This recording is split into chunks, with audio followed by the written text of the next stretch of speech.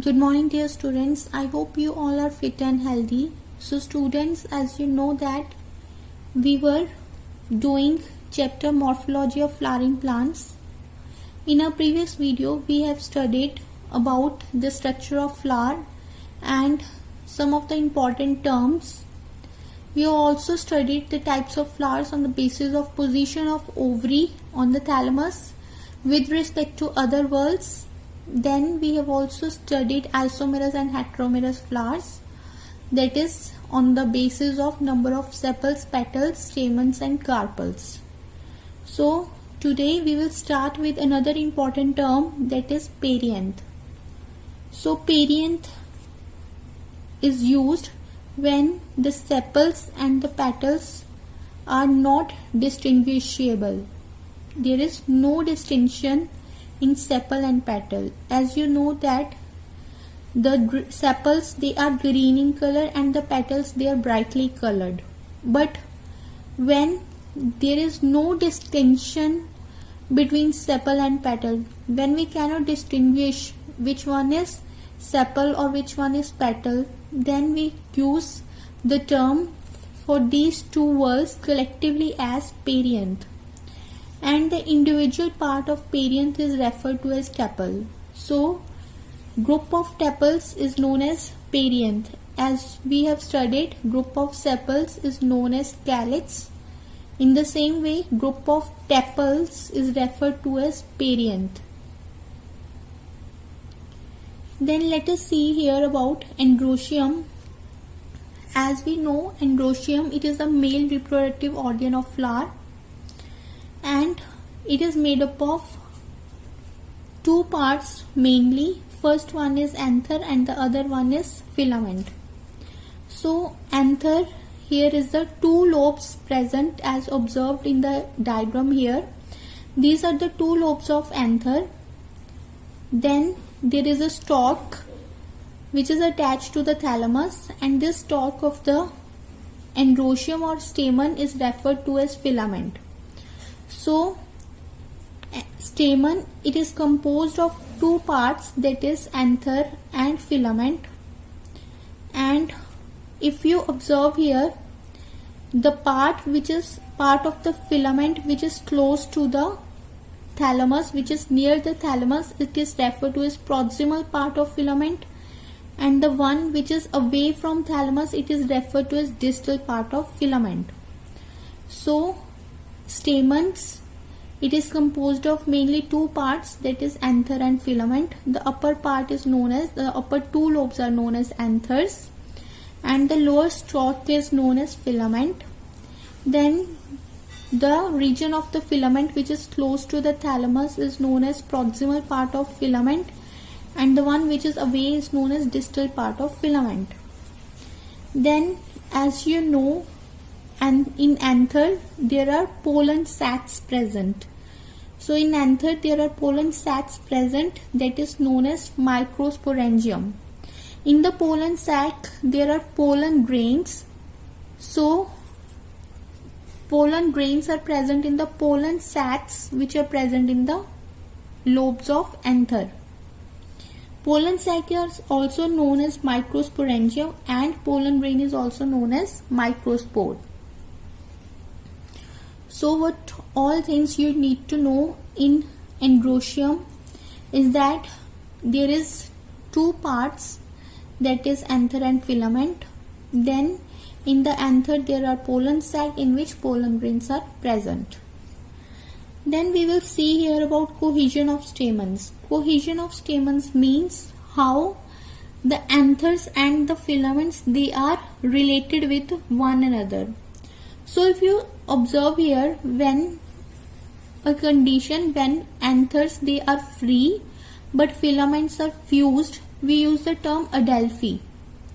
So adelphi is used when the anthers are free and filaments are fused in a stamen. Then we use the term adelphi. So let us see. First point here is monoadelphous. Monoadelphous means all the filaments, they are fused to form a tube-like structure. So as you know that we use the term adelphi when the anthers are free and the filaments are fused. And mono here means, mono means one, and adelphi similarly anthers are free and filaments are fused. So this means that all the filaments, they have united to form a single tube structure, and this is referred to as staminal tube, and here the anthers are free. So this is the condition, that is monoadelphous. Then the next one is diadelphous. Diadelphous means, in adelphous condition you know that anthers are free, we have studied right now, and the filaments are fused. So diadelphous means two bundles of filaments are there which are fused. So filaments of all stamens are fused in two groups in diadelphous condition. Here you are observing two bundles are there. Here the filaments, they have united into two groups and anthers are free. These are the anthers which are free. So this is the condition that is known as diadelphous. Then the other one is polyadelphous. In polyadelphous, poly means many. So filaments, they have united in more than two groups. So when the filaments, they have united in more than two groups but the anthers are free, then we will call this condition as polyadelphous. Then another term in cohesion of stamen you should know here is that synangious. Synangious is a condition when the anthers are fused but filaments are free. In adelphi condition we have observed that the anthers are free but filaments were fused. But in synangious condition anthers are fused and filaments are free. So as you can see here, the anthers, they have fused together but their filament, that is the stalk of each anther, is free. So such a condition is referred to as synangious. Then there is a synandrous condition. Here both the anthers and the filaments, they have united and a very complex structure is formed. So in cohesion of stamens we have observed the relation, how the anthers and the filaments, they are related with one another. In monoadelphous, first of all you should know adelphi word we are using when the anthers are free and filaments are fused. So in monoadelphous, mono means one. So this indicates that all the filaments, they have united or fused to form a single tube-like structure, but the anthers are free. Then the second one which we have studied was diadelphous condition. Diadelphous condition means the filaments, they have united or fused to form two bundles, two groups. So this is a diadelphous condition. Here you can see the anthers are free. So this means that in this you will find 9+1 arrangement. It means there are 10 stamens. Out of that 9 have united through their filament portion but the anthers are free, and this condition is known as diadelphous. Then the next one is polyadelphous. In polyadelphous, the filaments, they have united in more than two groups. Then we have studied about synangious condition. Synangious is a condition when the anthers are fused but the filaments are free. Now let us see about synandrous. In synandrous, anthers are filament, they both have united to form a complex structure. Now let us study about few more important terms in adhesion of stamens. In adhesion of stamens, difference between cohesion and adhesion is that in cohesion you will find the relation of anthers and filaments, but here in adhesion of stamens means you will find the relation of stamens with respect to other whorls. So let us see first term here, that is epipetalous. Epipetalous means the stamens are fused with petals. So if you will find here, this is the thalamus, this is the petal, and here on the petal there is a stamen. So such a condition is known as epipetalous. Then epiphyllous or epitaphlous. So you have to understand this very clearly. In epipetalous, the stamens, they are fused with petals. But in epiphyllous or epitaphlous, the stamens, they are fused with petal-like perianth lobes. That is, they are fused with tepals. In epiphyllous and epitaphlous, the stamens, they are present on the tepal.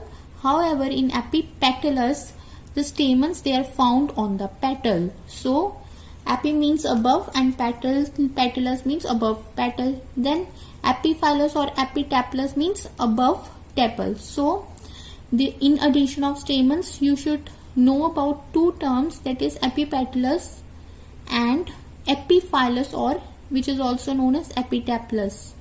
In epipetalous, the stamens, they are fused with petals. So the stamens, they are fused with petal. In epiphyllous or epitaphlous, the stamens, they are fused with petal-like perianth lobe, that is a tepal. So here you can see these are the tepals. There is no distinction which is a sepal or which is a petal. So this condition is known as perianth, and the individual member of perianth is known as tepal. So you can observe here the stamen, it is on the tepal. So this condition is known as epiphyllous, or which is also known as epitaphlous.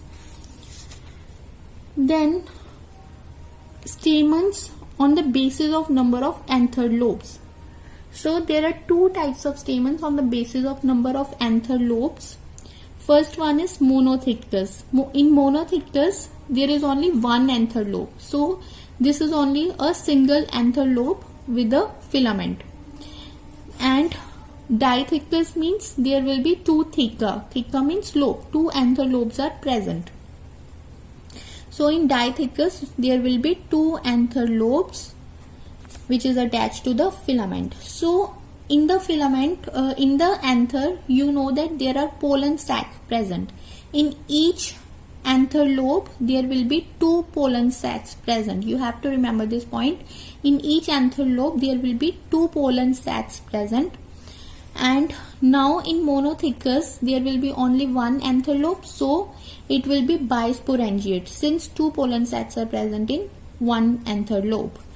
Then in dithecus, there are two anther lobes present, and we will see here how many pollen sacs will be present. In each anther lobe, there are two pollen sacs. So this is the first anther lobe in which two pollen sacs are present. Similarly, in second anther lobe, there will be two pollen sacs present. So total number of pollen sacs is 4, and we will say this condition as tetrasporangiate. Since you know that pollen sacs are also known as microsporangium, so here sporangiate term is used for pollen sac, and tetra means the number of pollen sac. So in dithecus, there is a tetrasporangiate. This means 4 pollen sacs are present. And in monothecus stamen, there will be only one anther lobe, and it will be bisporangiate. Only 2 pollen sacs are present.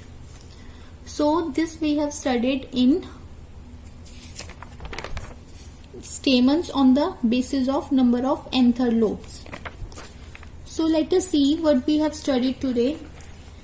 We have studied about perianth, definition of perianth. Then we have studied that the individual part of perianth is referred to as tepal, and we have studied about the androecium or stamen, which is a male reproductive organ of flower. In that there are two parts, that is anther and filament. Then in cohesion of stamens, we have studied how the anthers and filaments, they are related with one another. So in monoadelphous, diadelphous, polyadelphous, we have observed that the anthers were free but filaments were fused. But in Synanges condition, we have observed that the anthers are fused and filaments were free. In Synandrous condition, anthers and filaments both have united to form a very complex structure. Then we have studied about